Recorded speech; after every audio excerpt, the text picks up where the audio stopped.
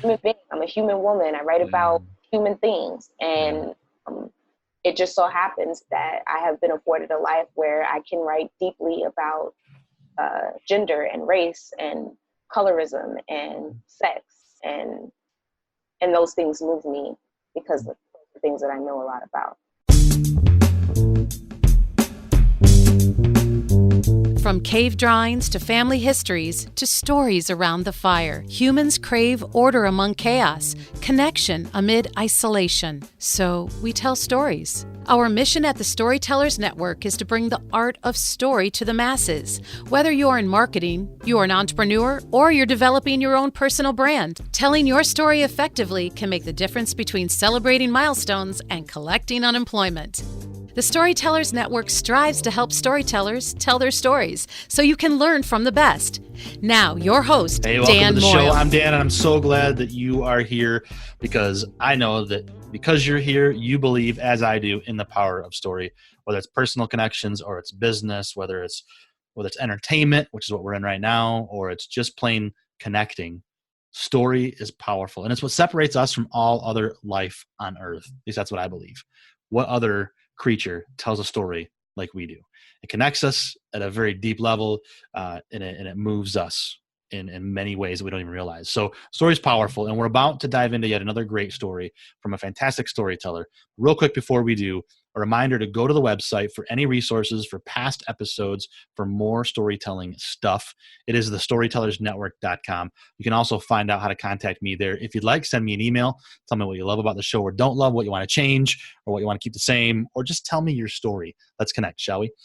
So that's at thestorytellersnetwork.com. Now, today's guest is an international touring poet, slam poetry, and a performance artist. Her work speaks to the Black experience in America with an emphasis on gender, sexuality, womanhood, and race, with the hopes to be relatable, to remove shame, to heal minds, encourage dialogue, and inspire folks in marginalized communities. As one of the most decorated poets in Texas, Ebony Stewart is a respected coach and mentor, one of the top touring poets in the country, and a Woman of the World Poetry Slam champion.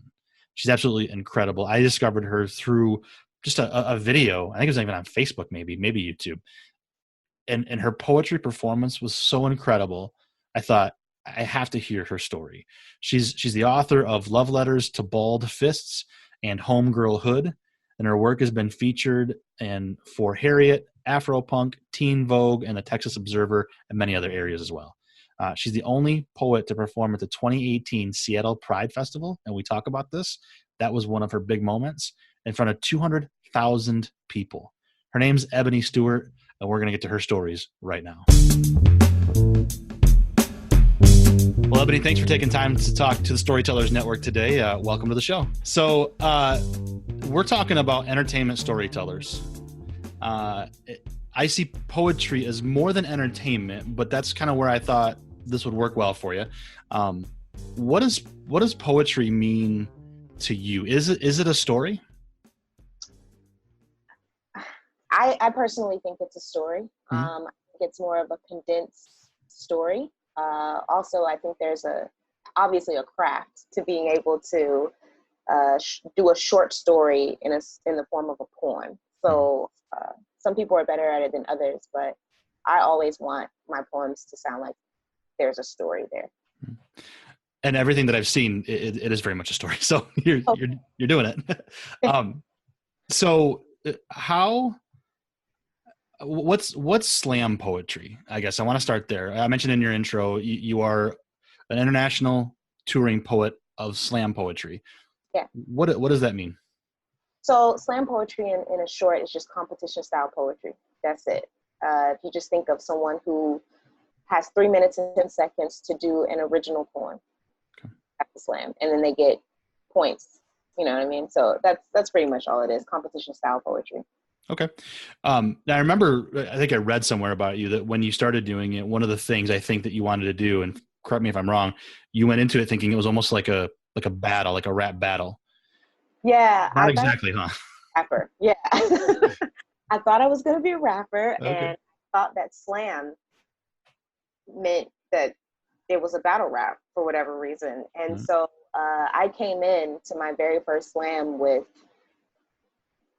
ready to battle, like to rap against someone. And I did all this research against these poets to find out like dirt on them. And then someone pulled me to the side afterwards and they were like, hey, baby, that's not what we do here. So quickly learned. I was like, oh, y'all should say that because I got forms too. But yeah. So they lovingly pulled you aside. They weren't like, get off the stage, you're terrible. That's good. No, they lovingly pulled me to the side and were just like, you're good, but also this is been you. Right on. So it seems like it's a pretty tight-knit community, I guess. Yeah, poets awesome. Generally like know each other or have heard of each other, and will probably make paths of each other at some point in time in their career. Yeah. Cool. So your slam poetry starts there, but where does that journey for you as a storyteller and as a poet maybe in general begin? Yeah, so I actually started out journaling first. There was this point in time in my life where I didn't talk for almost a whole year. And there was like a lot of abuse happening within my parents and my mom getting divorced from my dad and stuff like that. And so I just went through a process of time where I wasn't talking, and my mom sent me to a psychiatrist, and she handed me just a regular composition journal that you would get from maybe Walmart or something, and told me to write as much as I wanted about whatever I wanted. And it became a habit to write and just process, get my thoughts together through journaling, and then journaling turned into poetry. But I always have told stories just because my family love to tell stories, and they're pretty animated beings. So if you want to tell a good story in my family, you have to be able to make people laugh, cry, and be like, what? So you have to have that element of shock too. Right on. In my family. So yeah. I think that's a thread with a lot of storytellers. I had to be better to get more attention to my family or whatever. So that's cool. So poetry, so storytelling, but poetry in particular, sounds like it began kind of as a therapeutic thing for you. For sure. Do you see that as still being the case today? Like, how do you go from being therapy into being an artist, or is it still that way for you? It depends on the poem. Some poems are a part of the therapy for it, and I think the art form of being able to tell the story in a therapeutic way is how I make it relatable for someone to hear or read or see. And so that's all I'm focusing on and thinking about for the most part. Okay. And when you go to a performance, does it have to be memorized? Do you read from something? How does that work for you guys? It doesn't have to be memorized. I tend to like to memorize my work. It helps me to be a little bit more free and animated and keep my heart engaged in the crowd and make eye contact. It does help with that for me. But there are times where my brain does this thing where it might just it's not ready to memorize it because it's not ready to tap into those types of emotions yet. So yeah, you don't have to though. You don't have to have it memorized. No. Gotcha. It's incredible. I've watched a bunch of your poetry on YouTube, on also your Facebook pages. I'll link to in the show notes. And it's so moving, and it's so different. So I'm from the Midwest. Okay. I'm in a very homogenized area. Nothing wrong with it, but I don't have a lot of exposure to other communities, right? And in particular, you in your intro, I mentioned you talk a lot about race. So obviously, middle-aged, middle-class white guy, right? And your poetry speaks to me. It crosses those lines. Is that pretty intentional for you, or do you think that poetry is just that universal? I don't think it has to be one or the other. I think it could be both. I always want to leave the option that it could definitely be both. But that makes me feel really good because I wouldn't know that unless you told me. And so I'm hoping that is something that other people are feeling or thinking based on where they are and what they deal with every day or their cultural background. And I find it fascinating to hear other people's stories, whatever they are. And so especially, and we're recording this and it's released in 2019. There's a lot going on in our country, and there's a lot of fighting, things. Right. Right. But there's also so much good. And I just find it so interesting that stories can connect us in that way. For sure. I had a guest on one of my earlier seasons who her name is Billie Wong, and she does this thing called Bekia out in San Francisco, and it's an organization that teaches marginalized youth, at-risk youth, whatever you want to call it, kids in bad areas, how to tell stories, especially with video. And it's cool because her thing is her like motto is I want to end racism one story at a time. Wow. And it made me think about story in a whole different way. And then seeing your poetry later, like I did, I thought, man, this really is. So I guess, I don't know if it's kind of the same question or not, but like when you sit down to begin to write, do you think about those things of changing people's minds, connecting with them, changing the world? Or is it just really very personal for you? Or is it both? That's a great question. I don't necessarily think about trying to change the world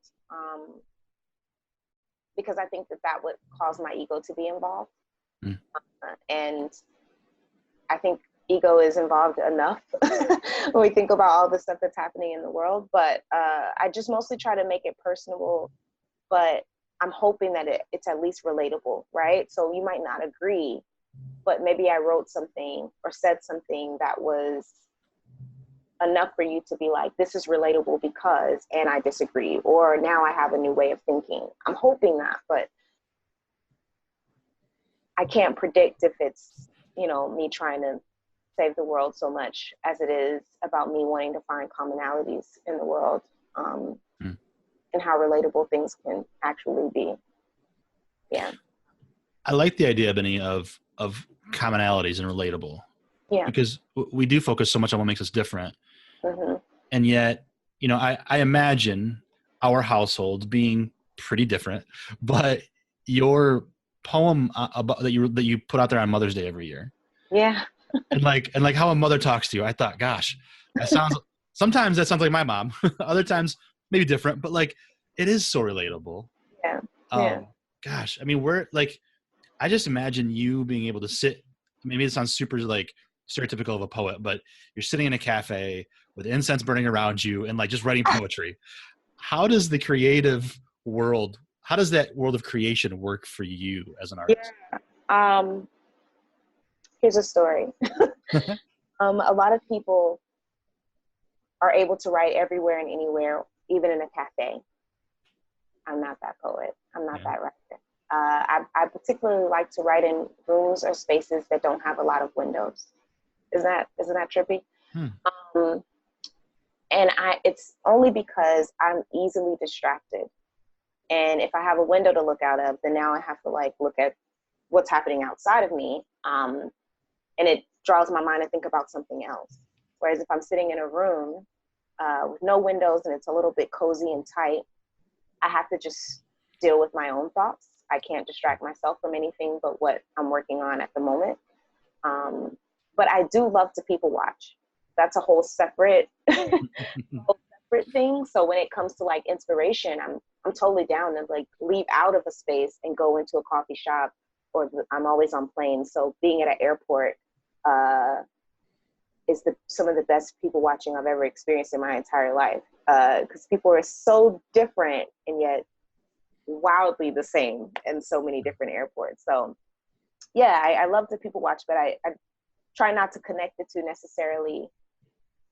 When I sit down to write, I go through the notes that I have in my phone from different occasions or memories or quotes or something that will spark the writing process for me. But yeah. And do you have other artists, other poets, or songwriters or whatever that inspire you too, that you want to kind of reach for or use as an inspiration in some way? There are lots of people that get me going and help me to be generative in my thoughts. So usually I can't go see certain movies without having like a little notepad. My current movie that I saw was Rocket Man. And I'm just like, there's all these different thoughts happening in my head of like what I want to write about or what story I want to tell and about my childhood or whatever, right? Narazaki Shingei is a writer for Color Girls. Always, hands down, it helps me to write something or create something authentic to myself. Musically, my father is a drummer, and music takes me to a whole nother place of enjoyment. but I always pick out like certain lines that inspire me for greatness or answer a question that I might have for myself, but it's not necessarily to write, if that makes any sense. But yeah. So I want to explore something. I don't know if we may have to edit this out. This may work out well. I know how vital words are to what you do. Yeah. The words that we use to describe each other, especially in society today. I hear the term persons of color, and when you just talked about for colored girls, how do we? What's the respectful way to describe you? And I know that you can't speak for an entire ethnicity. Like I don't want to put that on you by any means. How has language evolved over the years? As I mentioned, like 5 different questions in one, aren't I? A little bit. I want to know what it's like from your perspective, your America, your perception. How has language evolved for you over the years? Are we able to talk about the stuff better, or is it still really hard? That's what I want to ask. Yeah, that's a great question. I think that we as human beings are complex, and we oftentimes make things harder than what they have to be. And oftentimes we focus on things that aren't important. Rather than just being good people, we make it a racism or a colorism or whatever ism that then we justify it for ourselves. Me, I define myself as a Black woman in America. My grandmother is part Jamaican, and she didn't know that she was Black, right? And so she always identified with her ethnicity, not her color. I do know that there are, and I have a poem about this, but I do know that there are a lot of people who would normally identify as Black or African American, but Black is always wrong. The darkest shade or the darkest skin color is always something that can be used against someone. So now the idea of being a brown girl, but I've always been brown, and there's all different shades of brown. So I don't really get so caught up in those things. I don't think that it's good for my mental health or how I can continue to look at myself through someone else. I guess through their judgments or their hangups even. Mostly just focus on whether I'm being a good person, being a good human being or not. But that kind of guide me. And I give people passes, right? Like some people might be just hungry or I don't know, like they're having a bad day. So I try not to focus so much on actual skin color and how people identify. That's whatever they want to identify with, I'll respect it. But it's not going to hurt me if someone says African American, Black, just as long as nothing is used in the way of a slur or to degrade me. Then we could. Yeah. So you would identify more as a poet than anything else.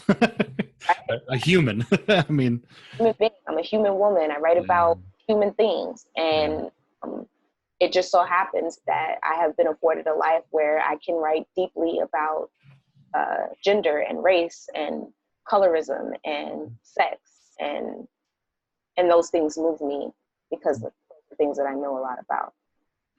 Yeah. And that's cool. And using story and poetry for you, but using story in general, is that helping us to connect on a better level? I hope so. Yeah. I hope so. People love stories, right? And how well a person can tell a story to keep someone engaged, or how well someone can perform a poem that moves someone to tears, right? And all I've done was just told a story, but that's not what's happening, right?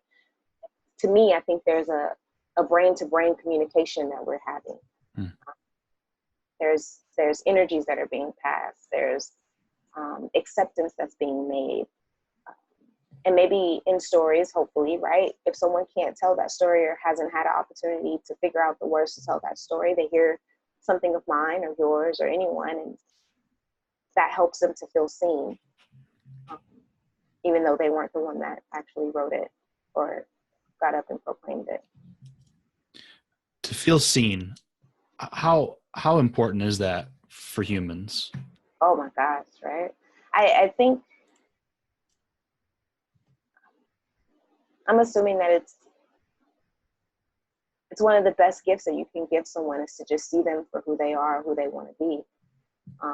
Which goes back to that idea of acceptance, of being, seen and heard and appreciated or made space for, understood, right? Because the idea is that I think we all just want to be understood in some kind of way.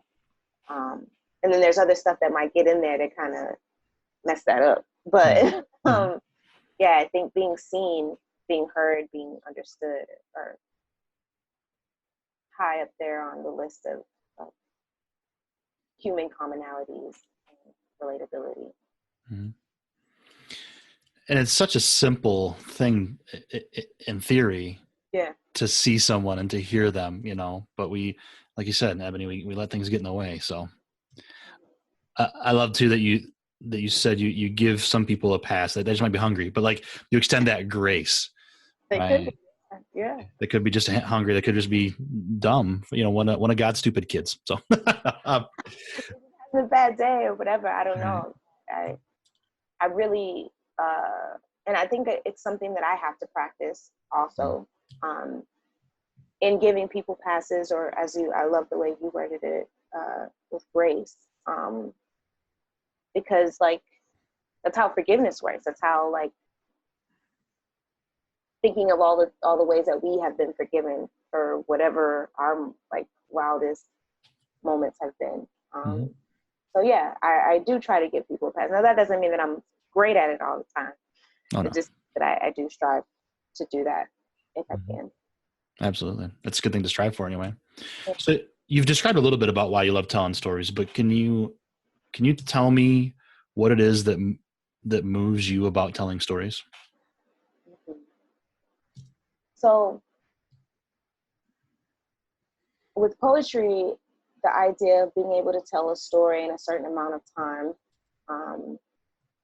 is, like I said, is a skill to be perfected, and what you're trying to perfect is your effectiveness. Like, how effective are you in telling this story and conveying what it is that you want to say? But when it comes to, like, say, playwriting, being able to tell a full story without any constraints, and watching people connect to you, or be moved or be curious is always like a really good feeling for me. It lets me know that people are with me. And I just love the idea of being able to move a person, whether it's with laughter or some kind of deep, like I said, deep feeling or deep emotion that they're having from something, or now they're not thinking about what happened in their day, or maybe they are thinking about what happened in their day and they're thinking about it a little bit differently. So all these different layers that happen with telling stories really is exciting for me. And do you prefer the writing of the story or the performing? Oh, that's a good question. I don't always enjoy the writing of the story, because sometimes, depending on what the story is about, I haven't decided if I'm ready to tell it or not. So I always have to check myself to make sure I'm telling all of the story, and also if I'm being completely honest in the story if I decide to share it. So I don't always enjoy it, because, obviously we're working off of a memory when you're telling a story, and those memories might bring up other things that you're not necessarily ready to share. But I always have said that I think I'm a better performer than I am writer, and nobody believes me, but I really do think that. And maybe it's because I've been able to practice it and get it exactly how I want it for when I perform it. But when I'm writing it, I know people do this, but I don't go back necessarily and like change a bunch of stuff about what I wrote. And I guess I just haven't given myself permission to do that. So I've been able to practice what it is that I want the poem to look like, sound like, feel like, the inflection in my voice and stuff like that. But The writing, I don't, not so much. So do you think of your poetry as the performance? Like as you're writing, are you thinking of all those things when you perform it? Mm. Sometimes. Mm. Sometimes I'm thinking about the experience. But that won't get solidified until I perform it. Because I can only answer so many questions as a sole person in my room or wherever I am to write.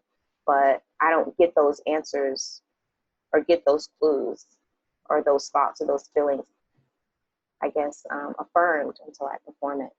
And then something else might happen. Oh, word, I was super close-minded to thinking it would only do this, but then it did this. And I really appreciate those moments because I feel like storytelling gives people an opportunity to be honest and whoever is receiving the story to honestly react to it as well. Mm-hmm. Yeah. And is that interpretation and reaction part of what makes it for you then? Yeah. I think so. Yeah. I've had a few times where no one said anything during a poem, like not a single, and I'm from the South, so we affirm each other out here. We yes and okay, go off, right? Like we are very accommodating and let you know how we feel. But I've had a time where if I perform certain poems and not a drop, not a nothing, no air, nothing. And then I get to the end of the poem or the set and people are like on their feet. I didn't know that was going to happen. I thought that they were like, we hate every single thing that you just said and did. So you never know. You never know what people are thinking and if that's a cultural thing or based off of a region. Regionally, that's how we respond to something. So. Yeah. So you were in Kalamazoo not too long ago, which is near where I'm from. And I got to imagine, Midwest Kalamazoo area probably was one of those times where you're like, come on, y'all, give me something. Because I just picture that for some reason. I don't know. We're very reserved. Yeah, very reserved. Absolutely. Yeah. So so that's what you love about storytelling. What's one of your challenges then with story? What's one of your biggest things that you face? What stories am I allowed to tell? Yeah. Sometimes I'll sit and I'll ask a question or I'll just be listening to my family tell these certain stories and they'll look at me as they're talking and they'll say, don't turn this into a poem. And because they know that I'm just like a recorder. I'm just like recording every single thing they're saying. And that's really hard for me because then that means that I don't have the permission. Even if I want to write about it, I don't have permission. And sometimes they didn't remember to tell me that I can't write about it and I'll write about it and then they'll see it and they'll be like, why did you write about this? So I think it's just always like people get to perceive things how they want to perceive them and no one wants to be perceived in a poor light and no one wants to have a record of the poor things or the poor choices that they've made. My dad being one of them. My Happy Father's Day poem is a poem that basically haunts me because my dad hates it. And so, of course, Father's Day is coming up, and those of us whose fathers weren't in our lives, they relate to that poem very much. And so they'll post it. And I don't know how many times my dad will see that, right, in the thread of anywhere on social media. And but I do know that it makes him upset, right? So that's a challenge for me, knowing what I can and can't write about based on how someone might feel about the truth or my perception of the truth. So it sounds like you and your dad have made amends then? Sometimes. Like a relationship kind of? Yeah. All right. So there's hope. So there's hope there maybe. Hope. We text each other here and there and I think the relationship is where it's going to be. And I'm okay with it. I just also know that writing about those stories, regardless of how I feel about him or regardless how true they are, it's hurtful to him to be known in that way. So I have to consider that. Back to the grace, right? Yeah. Yeah. Yeah. So I can remember back in high school. Of course, it's just high school problems, nothing serious for me. But using journaling and poetry to cope, right, with those problems as a young boy. So I can totally relate to that being a therapy thing. When you were using that in that way, could you see a future where it wasn't just going to be therapy, where it was going to be this kind of a life for you? Oh, I didn't know that I could make money off of poetry until someone asked me, could I come and do a poetry set? And I was like, I don't even know what that means. So I called my friends. Usually the friend that I call, who I feel like knows everything, his name is John Good. He's out of Atlanta. And he's like one of the best storytellers I've ever met in my entire life. And I just asked him like lots of questions. And so I asked him like, what is a set? He was like, oh, it's just like you put together like poems that you want to do. And I'm like, okay, cool, great. But also like they asked me, what am I charging? And he's like, oh, they want to pay you? That's great. And I'm like, they want to pay me to do what? So we started talking about like pricing, money, and he gave me a bunch of really good language to help with that part of it. But to be honest with you, like, I love that I get paid to do poetry and to be a storyteller. I hate discussing the money part of it. I hate it. I just want to tell my stories, but I do want to get paid, obviously, right? So it's right. This horrible cycle that I've put myself through. Yeah. Well, it's called show business for a reason, I guess, right? Yeah. Oh, goodness. Yeah. So is that what it means then to be a touring poet? Is that you get hired to go perform a show? Oh, yeah. Get hired to go and do a show, and they get to tell you how long you have, and you create a set. Myself personally, I create a set that I want to do for that audience that night. Okay. And what are those shows like? Who's hiring you? So I'm on the college circuit. That's my main I guess money. But yeah, so like I'm on the college and university circuit. So I go to different colleges and universities throughout the country, anywhere, to do an hour-long set. It's the usual 15 minutes has been the shortest, which is wild to me. They also might ask me to come to host, just introduce other people who are coming to do poems or tell stories, which is really nice. So yeah, that's my main funding.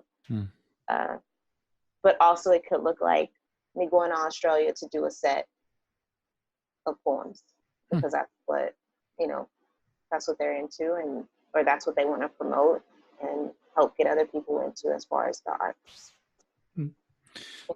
So it really is, I mean, it really is entertainment sounds so fluff, but it is kind of entertainment and inspiration. It's something that people go to, like a concert. Yeah. Isn't that wild? That's awesome. Like, I know, it's so awesome. And people will like know my poems and request them. That's so trippy to me. I'm like, you know that poem? And it's ridiculous that I think that, because like social media is what it is, but that still is like, what? That this person, like a regular concert, the only person that I guess if I saw Prince walking on the street, I would be like, oh my God, that's Prince, right? And would know every single song. And when people come up to me sometimes and they get emotional, I'm just like, who do you think I am? Like, do you know who I am? Like, more like I'm concerned that they have me confused with someone, not. Yeah. Do you have any emotion? Do you know who I am? And then they'll name a poem that touched them or that spoke to them and helped get them through something. And I'm like, yo, this is the coolest thing ever. Yeah.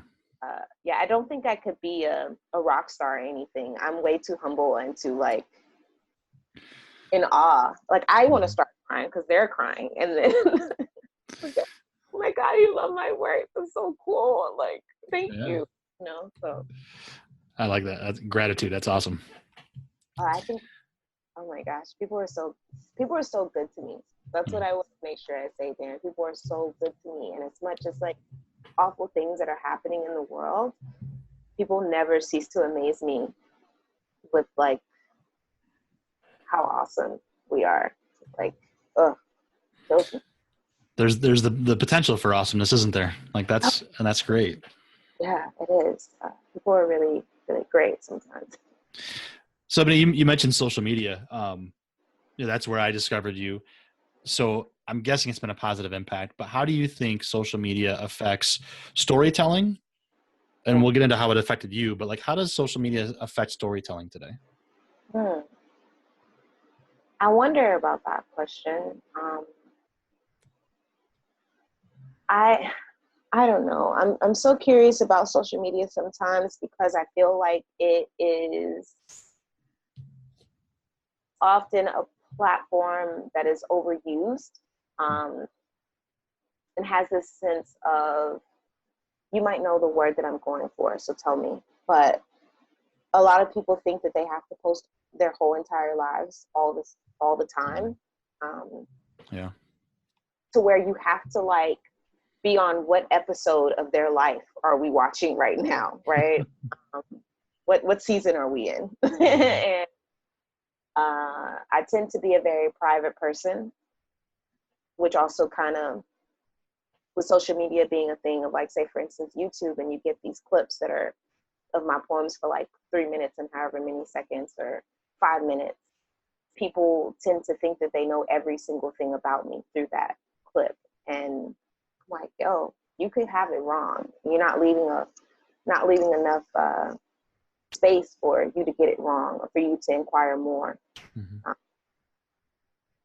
So I guess I don't really know what I would say that problem is. I don't know how to give that a name, or if it has a name yet. But that whole instant gratification, or well, it can oftentimes be very self-focused, right? Yeah, okay. We want to talk about ourselves all the time. Yeah. That's perfect. Yes. But it can also, I mean, it can excess, so you have so much exposure on social media because of that. So it's been a good thing, but it's also been kind of a bad thing for you if you feel like you don't know somebody. But what I hear you say is that social media, we can't let it kill our curiosity, I guess. Yeah. So if I watch a clip of you, don't feel like I know everything about you. I've gotten to know you a little bit, but now it's time to be curious and actually interact as a human, right? Yes. Can we interact as humans? Can we, when we see each other, can we actually have a conversation? Because that's also a part of the story, right? Being able to sit down and have dialogue. And so I always tell people when they see me on stage or off stage, I'm the same person. I'm not some different, I'm not going to treat you poorly or be weird or anything, whatever. I'm going to sit and actually want to engage with you. I don't want to just hear about, you're such a great poet. No, like what poem moved you? What spoke to you? Where are you in your life if you are comfortable sharing with how that has, overturned your thoughts, or where are you now in that thought process? Yeah, so I don't know. I don't want people to just get stuck on that one thing, for that one poem. And how do you think, like, if there was no social media right now, where would you be, do you think, as a performer? Has it helped you to broaden your audience? Oh, social media has definitely helped me to broaden my audience. There's people that reach out to me from Africa, that's wild to me. So yeah, like, it's definitely helped me way more than what I could ever have done for myself. Even the people who, don't like that poem because of what I'm saying, or how I'm challenging them in their thoughts. That's still exposure, right? So yeah, social media has done a lot for me. Where would I be without it? It's hard to say, because I don't even know what it's like not to at this point. I just remember when I came on the scene of poetry, like, YouTube and all that stuff wasn't as big as it is now. Instagram wasn't even a thing. It wasn't even, maybe it was being thought of, but it wasn't yet. And I guess MySpace was the most used platform for that type of thing. And I wasn't on MySpace because I thought it was for musicians. Yeah. And so, yeah, I think I'm super grateful to have it now. I just want people to be more cautious about how it's used or how we appreciate things. But yeah, I'm super grateful for it, but I don't know where I would be without it or what it would be like without it. You mentioned Instagram. So I followed you on Instagram a while back. Most of your handles are EB Poetry, right? Yeah. But this one's Gully Princess. Mm-hmm. What does that mean? Yeah, so Gully Princess was a nickname given to me in the poetry community at back at Neo Soul here in Austin, Texas. I'm in Austin right now. And so, yeah, when I first came on the scene, they gave me the nickname of Gully Princess. Now, why everything is so different is because I have no idea about marketing and branding, and I didn't know that everything needed to have the same tag on it. So, and also when I went to Instagram, EB Poetry was already taken, and I didn't have any underscores or anything. So I just like, well, next up. And it's easy enough that everybody knows it. They don't make a difference out of the two. So they know that EB Poetry is Ebony Stewart is Gully Princess, or the story of the Black girl winning, or whatever. So yeah, it kind of works. All right, right on. So it was a nickname given to you. Excellent. Yeah. Now we've talked a little bit about where you are right now and how crazy it is that people recognize your poetry. You seem to me to be someone who's kind of made it in this world of poetry. You're doing great stuff. Not that like you're going to retire, but do you look around at times and think, holy cow, how did I get here? Like, have you had milestones where like you've realized that you're kind of at that moment of like sort of pseudo fame? Yeah, I have. I did, I performed at Seattle Pride last year, which is one of the biggest prides in the country. Mm-hmm. And I walked out and I'm doing my poem, and then I turn around to leave off the stage, and there's a Megatron, a big screen. And I turned and came back to the mic and said, y'all, there is a Megatron screen behind me. And everybody's like cheering, and I couldn't believe it. Who am I right now that there's a Megatron of Ebony Stewart on this? That's crazy. But yeah, there's definitely moments where I'm still figuring out, but it's usually how other people respond to something. So my partner like Googled me and was like, yo, like your name comes up in Google. Your name that's it. And I was like, really? And so I look and I'm like, oh my God. So we're having this moment where, you know, I feel so green and so naive to things, but I don't want to lose that. I want to be surprised because I love surprises, especially when they're good ones. And I love the feeling of being like, yo, people really like me. They like my stuff. That's really cool. You know, I like having that moment of someone randomly tweeting me that I didn't know or I don't follow. And them talking about Home.Girl.Hood or this poem, and they live in England, right? Like that does it for me. I don't know what other people are striving for, but I'm like, yo, if this is it, if this is all I had, I don't know. I think that's awesome. Yeah. I don't know. So I can find myself on Google. So I've made it essentially, I guess. So I'm good there. Gosh, that's so cool. Yeah. I do that every once in a while for my oldest daughter. I have two girls, and my oldest one and I talk marketing quite a bit and stuff. And she's only 14, but she kind of knows what I do. They both know what I do, but my oldest, I said to her one day, I said something about, I checked out these Google results, and she was just like, stop. I know you're everywhere. Just stop. So it's fun. Oh, yeah. So I know I've made it when I've annoyed my daughters, but anyway,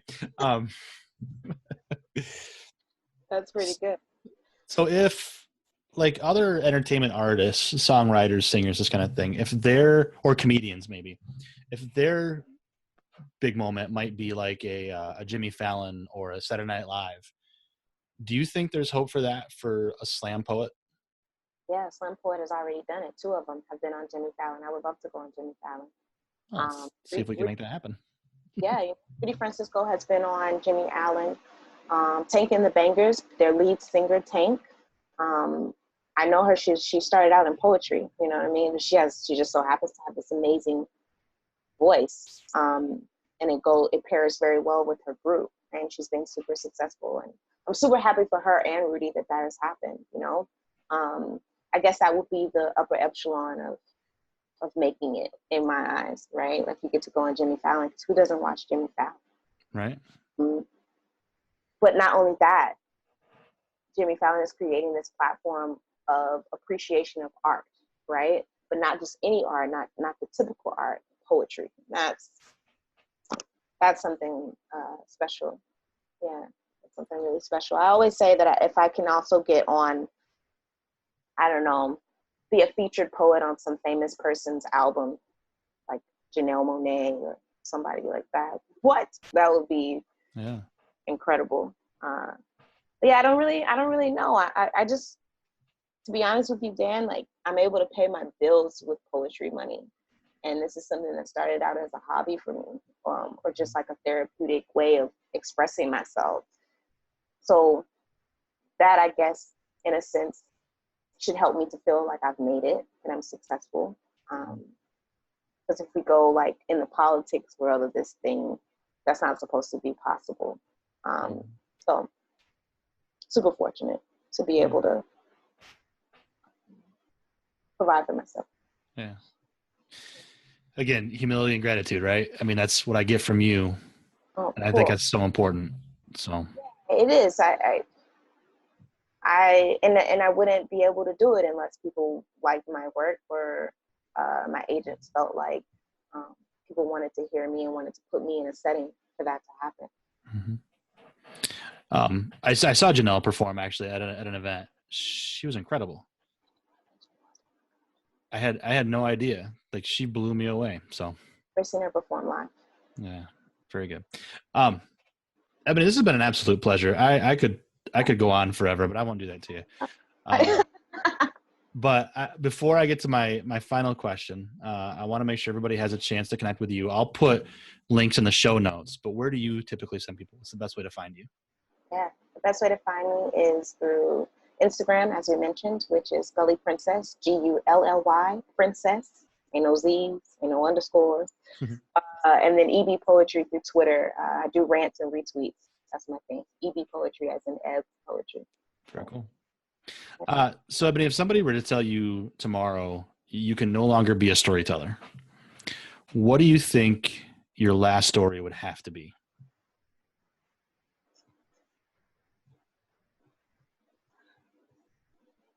My last story would probably be the story where, and it's gonna sound like morbid or sad, but there was a once upon a time when my mom was trying to escape my dad, and the short story is that he's in his truck and she's in her car, and he clips her on the side to try to like run her off the road, and we're in the car with my dad. And he clips her, and my mom spins around, her car spins around off of the grass, and then literally she drives off into the distance. She spun around like a ballerina. It was like, who is my mom? My mom is incredible. I would love to tell that story because it's got so much triumph and power and inspiration in it about who women are and who women get to be, and that woman is my mom, and then therefore who I get to be, what I get to accomplish and do. So I think I would probably tell that story till I die. Yeah. Beautiful story. And I hear another use of the word grace. She had the grace of a ballerina in that moment. So it was like one of the best. I mean, it was the scariest moment of my life, but then also like, oh, my mom like is a superhero. She like spun around. Unharmed. Well, again, Ebony, I can't thank you enough. I appreciate you being here and telling your story. And listeners, please definitely go check out her stuff. Yeah, thanks, Dan, for the opportunity. I appreciate it. So once again, thank you so much, Ebony Stewart. I'm telling you right now, watch her videos, listen to her poetry, read her works, get all the links in the show notes, connect with her on social media. She is an incredible performer, a wonderful artist, and as you just heard, a great human being. So connect with Ebony in the links in the show notes. Now, if you enjoyed this episode and got something out of it, please consider sharing it on social media or share it with somebody in email or however you want to share it. Tell somebody about the Storytellers Network. I really appreciate that. It helps us to reach more folks. And if you really liked it, please consider leaving a written review in Apple Podcasts or anywhere else that you want to leave a review. Much appreciated there as well. If you want to connect with me, it is all at thestorytellersnetwork.com. Shoot me an email there off of the contact page. Find me on social media there at thestorytellersnetwork.com. Until next time, here's to telling our stories and actually having stories to tell. Cheers.